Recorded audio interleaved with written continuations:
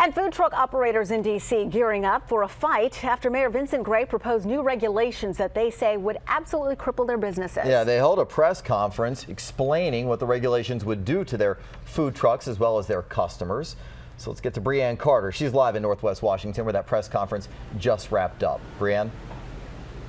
Well, that's right, Scott. They had a press conference earlier this morning, and dozens of food truck operators are now here inside the Wilson building talking before a council committee about these proposed regulations. While many say that the regulations that are now on the books aren't perfect, they say these new proposed regulations might put them out of business. Now, among the proposals that they are talking about here this noon is a 10-foot requirement on the sidewalk. It's a clearance that would have to be free from their truck. Now, it is the same requirement that some restaurants have to follow that have outdoor dining. Also, they would have to go through a lottery to be able to get a permit to park, and they would have to do that monthly, also paying a fee for that as well. Now, many say that they make their business because they can travel to where their customers are located and not having to have their customers come to them. The mobility of the truck, they say, would be gone if these regulations go into place. Some are very concerned about their business, but council members say they hope they can come to a compromise.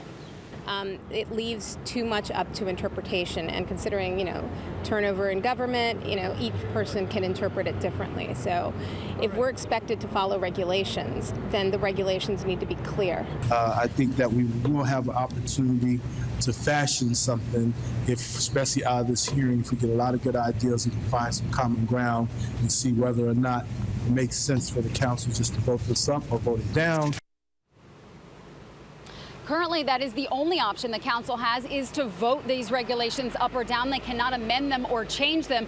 Well, Councilman Orange said today that he hopes he can work with the general counsel to get emergency legislation pushed through to try and change that so they can amend some of these regulations and begin the discussion. Some food truck operators we talked to said while they believe that this is a good start to the conversation, things can't last as they're currently proposed. Now the full council will get a chance to weigh in on this later this summer.